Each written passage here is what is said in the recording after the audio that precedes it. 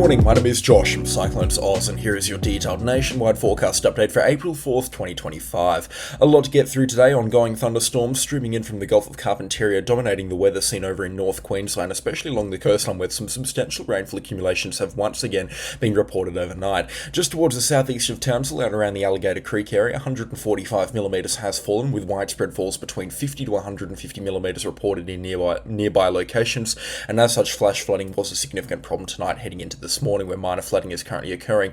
These thunderstorms have eased off, but they are expected to fire up once again tonight, and you can see just the nature of this rainfall here. A lot of moisture streaming in from the Gulf of Carpentaria down through North Queensland, and it's meeting up with more moisture coming in from the Coral Sea. We have another day or two of this stuff before those winds turn around for the southeast once again, powered by high pressure, and it looks like this rainfall is going to continue across this part of Queensland for the next 24 to 48 hours. Let's jump into the forecast right now and take a look at the specifics regarding this. You can see the East and West forecast model, which I find has been pretty good over the last couple of days, is still calling for these thunderstorms to be widespread later on tonight. We are expecting the chance of some severe thunderstorms here and there, especially around Charters Towers down towards Glendon, with some isolated to severe thunderstorms also expected as far down as Mackay and Serena. Now, the thunderstorms here are not expected to be as powerful as what we saw last night, and the rainfall will be a little bit more sporadic and also for the most part lighter across a lot of these locations, but we could be seeing similar rainfall accumulations that we have seen over the last couple of nights in some of these locations. The rainfall, as you might have noticed over the last couple of days, is now beginning to contract further north, and that trend is going to continue tonight as well. You can see those thunderstorms a little bit more northerly based as what they were last night, and as we head in towards Saturday as well, you can see showers and thunderstorms still expected here and there, but again creeping a little bit further north than what we saw, or what we are going to see tonight. So Charters Towers and Townsville look like they'll be in the firing line through Saturday night, and then you can see these winds finally swing around to the southeast through Saturday and into Sunday, and a few residual showers and thunderstorms expected around the Cassowary Coast through Sunday, but for the most part dry conditions set to continue for North Queensland until some rainfall pipes up through Sunday night and into Monday and Tuesday for the Cassowary Coast, with some isolated heavy falls are possible through the early parts of next week up there, and then into the later parts of next week it also looks like some isolated heavier falls are possible around the Cassowary Coast as well. But what's important to understand right now is that this northwesterly trend of rainfall that we have been seeing over the last couple of days is expected to continue over the next 48 hours, and then that's going to swing around through tomorrow and in towards Sunday, and as such the rainfall will then begin to creep back towards showers and that kind of miserable drizzly stuff that we normally do see around this part of Queensland at this time of the year, concentrating up to the Cassowary Coast through early parts of next week. We can also see some respectable shower accumulations down into the Sunshine Coast as well, and down in towards southeast Queensland, and I would just like to touch on those right now. You can see rainfall accumulations down there, whilst a few showers are possible through the later parts of this weekend and into early next week. You can see showers expected to pick up once again for southeast Queensland through the later parts of next week, and next weekend could be a bit of a wet one down there with some more significant shower accumulations down there. Again, the forecast is still a little bit murky because we are looking so long range out there. In terms of rainfall accumulations and solid numbers for the next week or so, you can see some respectable rainfall accumulations can actually be expected. So this is rainfall accumulations over the next 7 days. You can see some good falls expected up into the Cassowary Coast and along the Daintree rainforest, as you'd expect for this time of the year, with a further 150mm or so on the cards, and widespread falls between 25 and 150mm expected. I normally find, as I say in pretty much every forecast update mentioning far north Queensland, that they can receive up to 3 times the rainfall that the forecast models have. So I would say that a maximum number over the next 7 days for parts of the Cassowary Coast, especially around Innisfail, would be around that 250 to 300mm mark, and maximum falls into the Daintree could be up around that 300mm mark as well. North into the extreme north parts of the Cape York Peninsula, you can see some respectable accumulations up there from the building monsoon. I'll get to that in just a few moments, but some good rainfall still expected to continue there for the next couple of weeks before the wet season properly dies down up there for good, and widespread falls between 10 and 50mm expected for interior parts of the Cape York Peninsula, especially into the Gulf country around Burketown, Karumba, Croydon and Georgetown. Some respectable accumulations expected there. Hughenden could see anywhere north of 0mm up to around 25mm over the next week, the majority of that falling throughout the remainder of today and into tomorrow, and Charters Towers could also see up to 50mm of rainfall. Respectable accumulations up to 100mm also expected between the Cassowary coastline right down towards Mackay. Again, it depends on where these thunderstorms and small convergent zones do meet up. It does look like we do have the chance of what we saw last night around the Alligator Creek area to happen again at some point along the coastline between Cardwell down towards Bowen. We're not writing off a chance of that over the next 24 hours, so we will have to wait and see, but it's just those shower bands that sit over a specific location for an extended period of time. They don't have to be big, and sometimes they're so small the forecast models can't for the life of them figure out what's going on, and as such that's why it catches a lot of people off guard, this type of rainfall. But again, we could be seeing some good falls along there. So again, stay vigilant, stay safe, and if it is flooded, forget it. Down into the south half of Queensland, you can see throughout the next 14 days some good rainfall accumulations also possible down there from showers and storms streaming in. Up to 120 millimetres of the stuff can be expected over the next 14 days, the majority of that falling in the 7 to 14 day period, and some good falls also possible across the northeastern corner of New South Wales. The good news is that the worst of this rainfall is sticking well clear of southwestern Queensland, which is still just an absolute disaster in terms of floodwaters. Unfortunately, that rainfall that we have seen over the last couple of days, I did remain hopeful that it wasn't going to be problematic in the sense that it was going to just add to the flooding woes across southwestern Queensland or make them worse. And whilst the floodwaters haven't gotten any worse for a wide range of locations, they have kind of settled at their maximum levels that we've already seen from this flooding event. It is still just as bad down there, if not worse. It's just being drawn out, this flooding event. Like I said, Thamagaminda underwater right now, so some significant flooding moving through there. And just have a look at it. The reason why I'm looking at the satellite imagery down here is not to show you the locations, but to show you the expanse of the floodwaters. These white pockets here, minus this one, which is a cloud, but these white pockets here, which you can see travelling from Windora down towards Durham Downs and even across towards Moomba, that's water that's registering on the satellite. And like I said in yesterday's forecast update, the expanse of the floodwaters here is comparable in size to some European nations, even some small Asian nations. That is how much water is lying on the ground over in Queensland. And you can even see some of the creeks on the imagery right now. You can see some of these creeks with just hairline fractures across the Queensland state. Just some massive flooding that's moving through here. Out of Vale Quilpie still underwater as well. Windora has escaped the worst of the flooding, but they are still in big trouble as well. Major floodwaters moving through those areas. You can actually see those hairline lines on the map right now. That's where the creeks normally are, and the water has expanded well beyond those as well. We've got the expanses of the Diamantina River. They're about 100, or it's about 100 kilometres wide right now at its widest points. That is massive. So imagine a wall of water that is 100 kilometres wide and about 10 metres deep in some places moving towards you. That is the magnitude of the flooding and the magnitude of the water that we're seeing moving across southwestern Queensland. It beggars belief, and it is really difficult to comprehend. So again, this event is not over. The media's done with it because nobody's searching for it anymore, but the CyclonesOZ channel is certainly not done with it. We're going to be tracking this for the next month or so as these floodwaters slowly retreat, because that is how long it's going to take. It's going to take these mighty rivers out in this part of Queensland up to a month to fully drain out, and it's probably going to be another week or so until we actually are able to assess the damage to some of these locations, and it could be up to 2 weeks or even 3 weeks until we actually get an idea of how bad the stock losses are going to be across southwestern Queensland and into the north west of New South Wales as well, because again, I guess Queensland's overshadowed it, but out towards Tibooburra and Wonaring as well, and even down towards White Cliffs, we've had some really significant flooding in those locations too.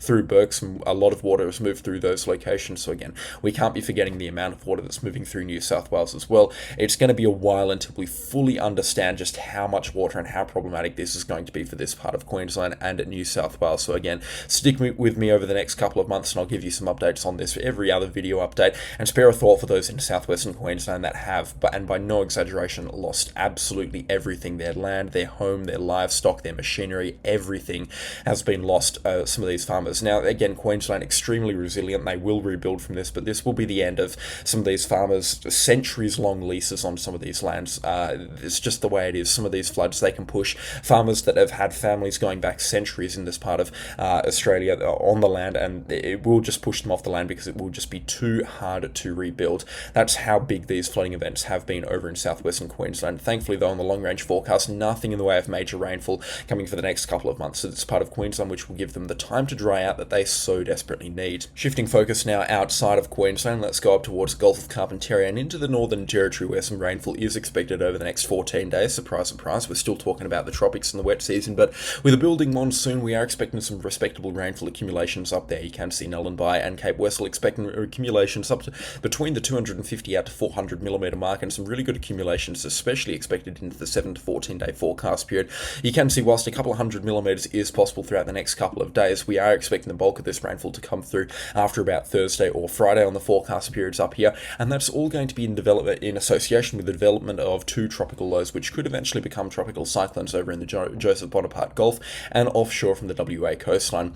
It definitely looks like the monsoon is about to increase in strength once again, and whilst yes, we've still got showers and storms expected over the next couple of days, it really looks like it's going to pipe up through early next week, and especially into the later parts of next week as well, especially Thursday and Friday expected to be quite wet across the Northern Territory, and then again through Sunday, Monday and Tuesday next week, it looks like it is going to be very wet across the top parts of the Northern Territory, especially into the northeastern corner of the state, and then that rainfall should shift over in towards towards the northwestern parts of the state as well, with another potential tropical low development north of the NT through Friday the 18th of April. Again, the forecast on that still very uncertain, and the forecast model still not 100% sure what to make of it, but we certainly do have more tropical activity on the way for the Northern Territory, and it doesn't look like they're going to die down in terms of rainfall for the next couple of weeks at least. That's pretty much exclusive to the top parts of the Northern Territory, though it's certainly going to get a lot drier as you head south of Catherine as we head into the back couple of weeks of the wet season, but up there it certainly looks like it is going to remain wet over the next couple of weeks along the coastline, so Darwin could still get a couple more 100 millimetres or so, but especially into the northeast of the state, some really good rainfall can be expected throughout Kakadu, which is very good news indeed. If we take a look at the forecast modelling though over for Western Australia, tropical cyclones galore looks to be the forecast. We've got at least one, potentially two, and maybe even three coming through in the next 16 days, which is quite exciting news indeed, especially considering we haven't seen tropical cyclone activity around the WA coastline for quite a while now, and considering that these are weak systems, I imagine a lot of people still very excited to be tracking them and looking forward to them. It also doesn't look like they're going for the West Australian coastline as well, so that is some really good news as well, and it looks like these people here over in the northwest of Western Australia through the Pilbara and the Kimberley will have ample time to watch these systems and have a couple of showers maybe brought in as well by these tropical cyclones, as opposed to getting a full-blown impact from a powerful tropical cyclone, which is what one of these could be. So no development this week, but towards the end of next week we are expecting a tropical low to begin developing south of Indonesia, and this system looks like, as per the GFS forecast modelling here, will get its act together very quickly. And by the 13th of April, Sunday, we're expecting the system to be a fully fledged tropical cyclone of at least Category 2 proportions here, and it looks like it quickly intensifies through Sunday and in towards Monday, reaching its peak intensity on Monday in some very favourable conditions before terminal weakening kicks in through Tuesday and Wednesday. By the looks of things, it might go for the West Australian coastline in its extratropical stages. It's not unheard of for this time of the year, especially considering how warm the Lewin current is. That is certainly a very valid threat and a very valid forecast from the GFS forecast. We do see this every now and then, and if I had to put a pin on this and give a bit of a comparison here, it looks like this track is going to be pretty similar to Tropical Cyclone Sarojas of I believe 2022. Now, of course, it's not going to be as bad as Tropical Cyclone Saroj, and we don't know the ins and outs of this tropical cyclone just yet, but it is giving the feeling of Tropical Cyclone Saroja at this time, just in its formative stages, and what the forecast models are saying. Now, the reason why I'm bringing this up in this forecast update is because it's been very consistent with the forecast models over the last week or so, and that's quite uncommon for the GFS forecast model. Normally, they have late season tropical cyclone stuff, and yes, they bring some powerful stuffs around the WA coastline every now and then, but it normally kills it off after a few days, and the GFS has been rock solid on it over the past week. The Eastern Blue Wave still not having a bar of it, just like they're not having the bar of the Coral Sea tropical low either that we were talking about yesterday, which is interesting, especially considering the Eastern Blue Wave normally is on the higher side of the intensity compared to the GFS side of things. We will have to watch this situation very closely over the next couple of days. What I can say for sure is that West Australian waters can expect tropical low/tropical cyclone development towards the end of next week, but beyond that we don't really know much. And whether we get tropical cyclone impacts along the Pilbara or the Gascoyne coastline, still a very uncertain and a very difficult forecast to be making at this time, but as soon as I know, I will let you know, so make sure you are subscribed for the latest information on that. The GFS also calling for a tropical cyclone in the wake of that tropical cyclone, in a very similar vein to what the Eastern Blue Wave forecast model is calling for as well, although again the Eastern Blue Wave calling for a much weaker tropical cyclone. I think what the Eastern Blue Wave is doing is underestimating how warm the sea temperatures are offshore from the WA coastline, purely because it is April now, and whilst we are heading into the back couple of months of the wet season and conditions do generally start to become a little bit more favourable offshore from WA for tropical cyclones around about now, the waters are not going to cool down for the next month or so. In fact, probably for the next month and a half. That is how warm they are at this point in time, which is bad news for tropical cyclones. They could really use that energy to their advantage, and quite bad news for Western Australia. But again, fortunately, nothing going for the WA coastline, at least in this forecast update at this point in time, or nothing reasonable going for the WA coastline at this point in time. Into the southwest of Western Australia as well, some respectable accumulations overnight, up to 25 millimetres down towards Bridgeton, and the rainfall still ongoing down there as well. Low pressure system still developing offshore, and it looks like we are going to be getting some showers and thunderstorms again later on tonight through the Perth metro area. Showers and thunderstorms widespread across the southwest corner, and some respectable rainfall accumulations expected to continue piling on. It will be a dry weekend by the looks of things. A few showers expected here and there through early Saturday, tomorrow for the Perth metro area and into the southwest, but for the most part Saturday afternoon and right through Sunday, apart from a few thunderstorms expected here and there Sunday night. Looks like it is going to be high and dry for the southwest of Western Australia before those showers return as this low pressure system disintegrates through Monday and into towards Tuesday for the southwest of WA. And then it looks like we're going to head into a bit of a wintry period with a positive southern annular mode, which is going to bring some cold fronts up to the southwest of Western Australia, and a few showers and storms expected through there through Wednesday right out towards Sunday the 13th of April by the looks of things, before conditions do start to calm down a little bit after a west coast trough and a high pressure ridge begin to build. Interesting stuff, that's for sure. Certainly looks like West Australia is going to get a bit of a taste of winter into very early next week, but right now it's remaining humid and soggy across the southwest of the state, and it looks like it'll return to some fine May weather, or fine typical April-May weather that we normally see at this time of the year before some big cold fronts then begin to build much later on into the forecast period. Certainly a very interesting time and a changeover time for the southwest of Western Australia. Some exciting times as well after one of our hottest summers on record. Very excited to get into some cooler weather, that is for sure. Into the southern parts of the southeast of the nation, you can see Tasmania is expecting some respectable rainfall accumulations as well over the next 14 days. Rainfall accumulations now really beginning to build there across the west coast and into the southwest wilderness, with up to 150 millimetres possible over the next 14 days.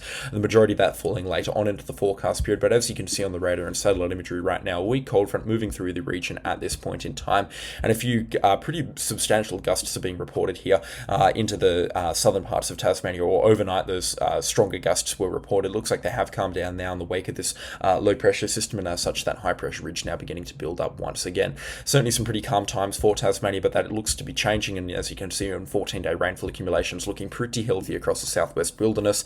Unfortunately for drought impacted communities through Victoria and South Australia, the rainfall is not on the cards at this point in time. However, up to 50 millimetres could be expected over the next 14 days around Robe and Mount Gambier, and then up to 60 millimetres possible across Warrnambool, and up to about 40 to 50 millimetres forecast for Melbourne over the next 14 days.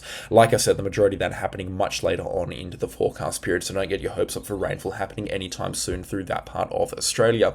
Anyways, it is looking dry elsewhere. Calm and cooling conditions expected across the interior parts of the nation. Those 45-degree day plus days look to be pretty much over for South Australia, New South Wales and parts of Queensland. It still will be quite warm across the Northern Territory and into WA, but those 45-degree days look to be pretty much put to bed at this time. Very good news indeed. Summer is at a close. Anyways, that is all that I have time for in today's forecast update. If you have enjoyed this forecast update, then please do let me know in the comment section down below. Subscribe and leave a like on the video while you're at it. A special shout out, of course, to the channel sponsors. Their names are on screen right now, and again, I could not run the show without them, and their support is much appreciated. And that is all for me today, and I'll catch you all in the next storm. Goodbye.